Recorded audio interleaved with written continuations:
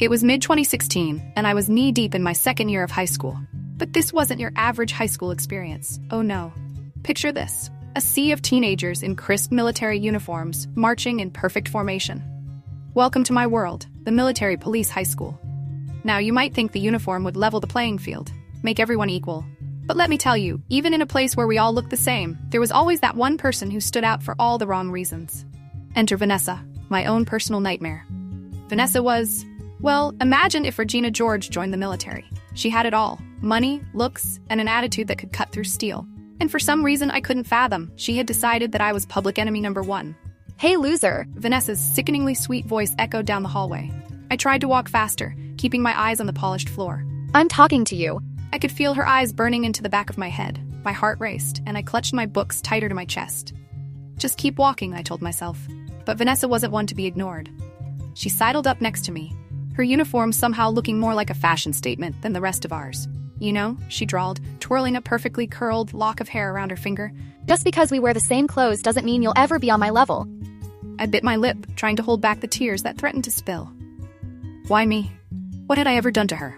You see, Vanessa was a fish out of water in our school. Her parents had forced her to apply, probably hoping the discipline would straighten her out. But Vanessa, she saw our merit-based system as a personal affront. In her world, value wasn't measured by hard work or talent. No, in Vanessa's universe, a woman's worth was all about her ability to wrap men around her little finger. What's wrong? She cooed, fake concern dripping from her voice. Cat got your tongue? Or are you just practicing to be the silent, obedient little soldier they want us to be?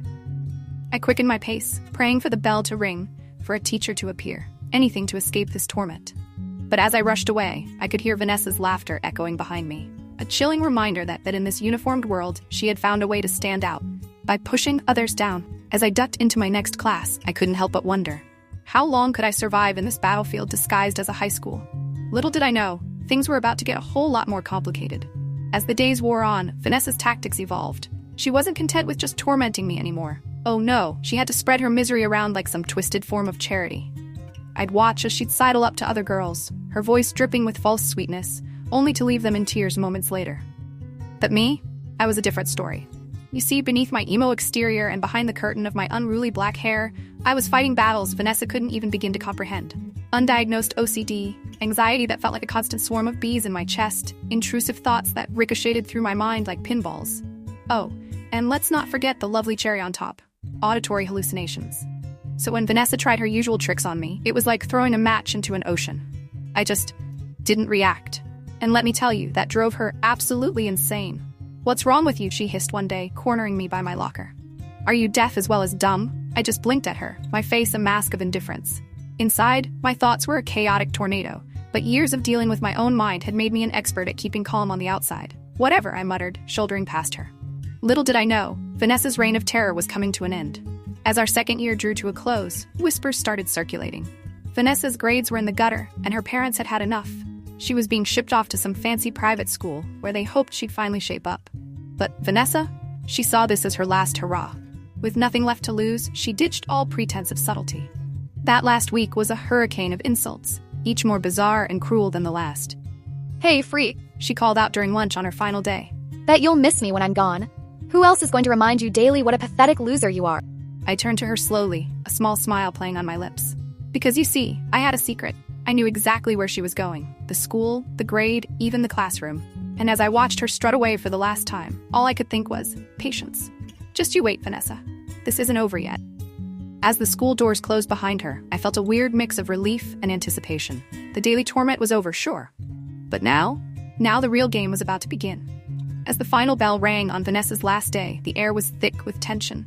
We all gathered in the courtyard, a sea of uncomfortable faces as Vanessa prepared for her grand exit. I stood at the back, my best friend Emily by my side, both of us bracing for whatever storm was about to hit. Vanessa climbed onto a bench, her uniform perfectly pressed one last time, and I swear I saw a glint of madness in her eyes. Then she opened her mouth and the floodgates of crazy burst open. I am finally free of all you poor, dirty, ugly fat bitches. Voice echoing off the buildings. I flinched, not from her words, but from the sheer volume. Can't wait to be around real people and not our words like Emily. I felt Emily stiffen beside me, her hands clenching into fists. I grabbed her hand, squeezing it gently. Vanessa wasn't done yet. And sewer idle fat fucks like... The courtyard fell silent. You could have heard a pin drop. But instead of a pin, What everyone heard was my calm, clear voice cutting through the tension. "Hey, Vanessa," I called out, stepping forward. All eyes turned to me, including Vanessa's, which were wide with surprise that I'd actually addressed her directly. "You're going to Westfield Academy, Class 11B, right?" I asked, my voice dripping with faux sweetness. Vanessa's face contorted in confusion. "Yes," she spat. How the fuck do you know? I allowed myself a small smile, savoring the moment. "Oh, that's my twin sister's class," I said casually, as if commenting on the weather. "Have fun looking at my fat face for another year." The change in Vanessa's expression was instantaneous and oh so satisfying. Her face fell faster than a lead balloon, her mouth opening and closing like a fish out of water. For once in her life, Vanessa was speechless. As she stumbled off the bench and out of our lives, for now, I felt a weight lift off my shoulders.